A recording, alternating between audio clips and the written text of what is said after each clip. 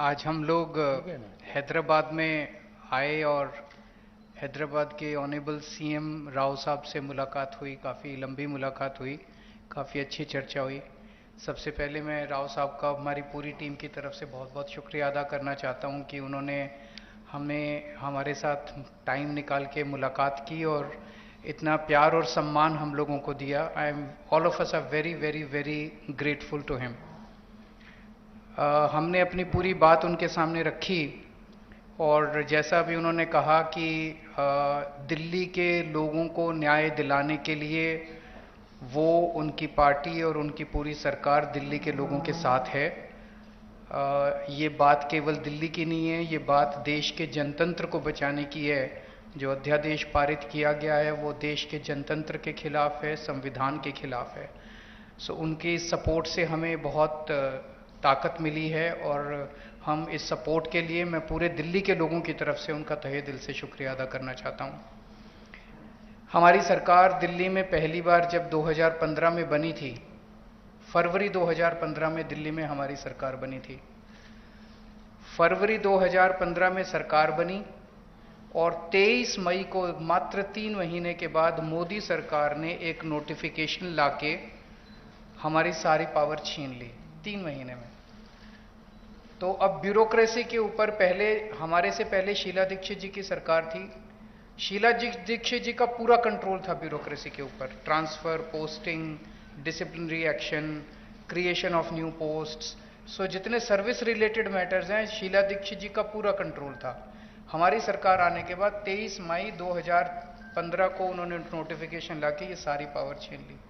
तो as a chief minister of Delhi I can not even transfer post, education secretary, health secretary, deputy secretary, मैं कुछ नहीं कर सकता।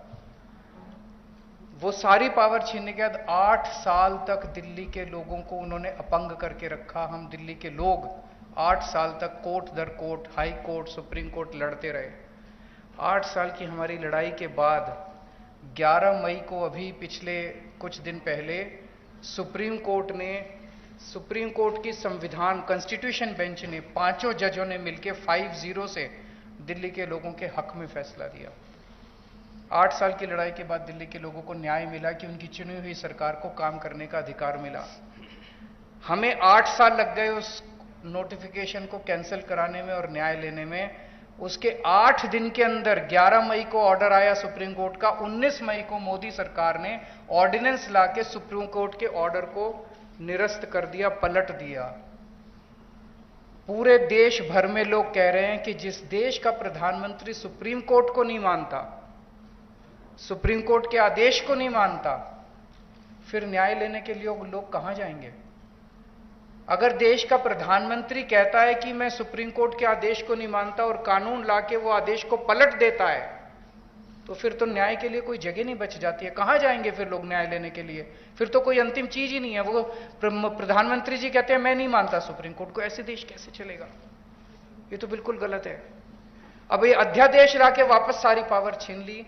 तो एक तरह से, जैसे अभी राव साहब ने बिल्कुल सही बोला, ये अध्यादेश दिल्ली के लोगों का अपमान है, घोर अपमान है।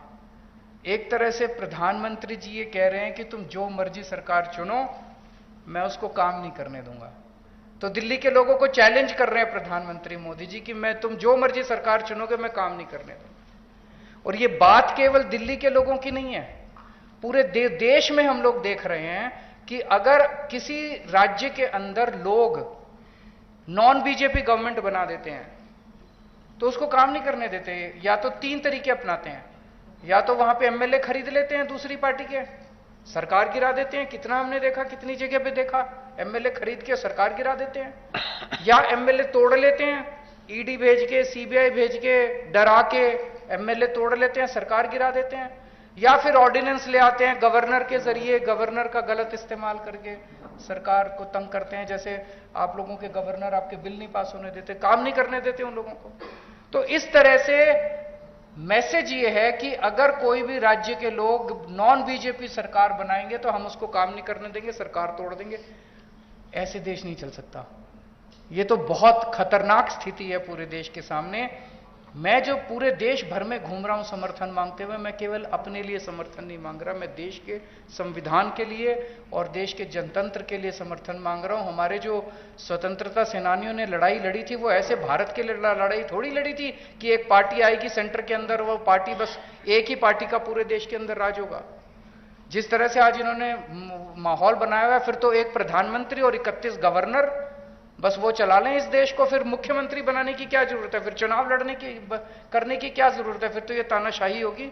इस तानाशाही के खिलाफ हम लोग लड़ रहे हैं। राज्यसभा के अंदर जब ये बिल आएगा, राज्यसभा के अंदर बीजेपी के पास मेजॉरिटी नहीं है। बीजेपी के out of 238 MPs, BJP has only 93 MPs. BJP के पास मेजॉरिटी नहीं है। मैं फिर से शुक्रिया अदा करता हूं राव साहब का। अगर हम सब लोग नॉन बीजेपी पार्टीज इकट्ठे हो गए तो इस बिल को हम राज्यसभा के अंदर गिरा सकते हैं। और अगर ये बिल गिर जाता है तो पूरे देश के लोगों को विश्वास हो जाएगा कि 2024 के अंदर मोदी सरकार वापस नहीं आ रही है। ये इसका सेमीफाइनल होगा 2024 का। ये कॉन्फिडेंस देगा पूरे देश के लोगों को कि मोदी जी को हराया जा सकता है। तो ये जनतंत्र को बचाने की लड़ाई है, देश की आजादी को बचाने की लड़ाई है। बहुत बहुत धन्यवाद, बहुत बहुत शुक्रिया। मैं माननीय मुख्यमंत्री तेलंगाना के चंद्रशेखर राव जी का बहुत बहुत आभार व्यक्त करता हूं कि उन्होंने हमें यहां बुला के घर पे मान सम्मान दिया, इज्जत दी। आम आदमी पार्टी के नेशनल कन्वीनर और दिल्ली के मुख्यमंत्री अरविंद जी और हमारे राज्यसभा के 2 सांसद संजय सिंह जी और राघव चड्ढा जी, जैसा कि राव साहब ने, अरविंद केजरीवाल साहब ने बता ही दिया कि देश के लोकतंत्र को बचाने की लड़ाई हम लड़ रहे हैं। एलजी जो है वो सिलेक्टेड है और दिल्ली की गवर्नमेंट इलेक्टेड है। तो डेमोक्रेसी में इलेक्टेड जो लोग हैं वो फैसले लेते हैं, ना कि सिलेक्टेड। तो दिल्ली का तो पहले से ही ये कर रहे हैं, पूर्ण राज्य का दर्जा नहीं है, लेकिन फुल स्टेट्स को भी तंग किया जा रहा है। हमने पंजाब में 92 सीट्स जीती आउट ऑफ 117। इतना बड़ा मैंडेट है।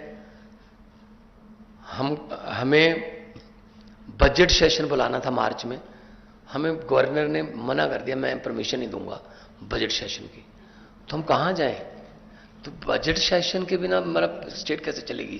तो हम सुप्रीम कोर्ट गए। सुप्रीम कोर्ट से चीफ जस्टिस साहब ने ऑर्डर दिया कि जी बजट सेशन होने दो। और उसके बाद एक और जो बात हुई कि जी जो काउंसिल ऑफ मिनिस्टर द्वारा लिखा जाता है प्राप्तियां गवर्नमेंट की कि हमने ये किया, वो कहता है उसमें मैं माई गवर्नमेंट नहीं कहूंगा। हमने कहा जी आप ही तो सम्मान कर रहे हो विधानसभा, आप माई गवर्नमेंट नहीं कहोगे तो क्या कहोगे? कहते मैं दिस गवर्नमेंट कहूंगा। फिर सुप्रीम कोर्ट जाना पड़ा कि जी माई गवर्नमेंट तो बोलना पड़ेगा इनको। तब जाके उन्होंने, सुप्रीम कोर्ट ने कहा कि you have to read it word by word, you can not change. जैसे तमिलनाडु में कर लिया था, स्टालिन जी के पास जो उन्होंने लिख के दिया था वो और था, गवर्नर कुछ और बोल रहा था। तो मतलब ये हैरानी की बात यह है कि जो राज्य भवन है स्टेटों में वो बीजेपी के ऑफिस बन गए और राज्यपाल जो है वो स्टार कपेजर बन गए बीजेपी के। तो इस गवर्नरी सिस्टम को उन्होंने मिसयूज किया है, हर जगह पे करते हैं। आपके बिल रोक रखे हैं स्टेट के, हमारे बिल रोक रखे हैं। वहां पे स्टालिन साहब का चिट्ठी आई थी हमें कि हमें सपोर्ट करो, हमारे बिल रोक रखे हैं। केरला में तंग कर रहे हैं, ममता दीदी उनको तंग कर रहे हैं। मतलब इन्होंने मन बना रखा है, जैसा कि अरविंद जी ने कहा, अगर इलेक्शन से नहीं जीते तो बाई इलेक्शन से जीत जाते हैं कि मतलब बंदे तोड़ो और बाई इलेक्शन करा लो और कर लो। तो ये बहुत फेडरल स्ट्रक्चर के लिए बहुत घातक है और देश बचाने की लड़ाई लड़ रहे हैं। हमारे हजारों जो स्वतंत्रता सेनानी थे उन्होंने अपना खून दिया, खून का कतरा कतरा देके हमें देश दिया, हमें आजादी लेके दी। लेकिन ऐसी आजादी के लिए आज उनकी आत्मा तड़पती होगी कि ऐसी आजादी के लिए तो नहीं हमने कुर्बानी दी थी जो जिस तरीके से देश को ये चला रहे हैं। तो हम यहाँ पे आए हैं और राज्यसभा में, और जब से शक्तियां छीनी हैं लोगों ने 2020 में फिर चुन लिया आम आदमी पार्टी को। तो मतलब लोग लाइन में खड़े होकर वोट डालते हैं, डेमोक्रेसी है। तो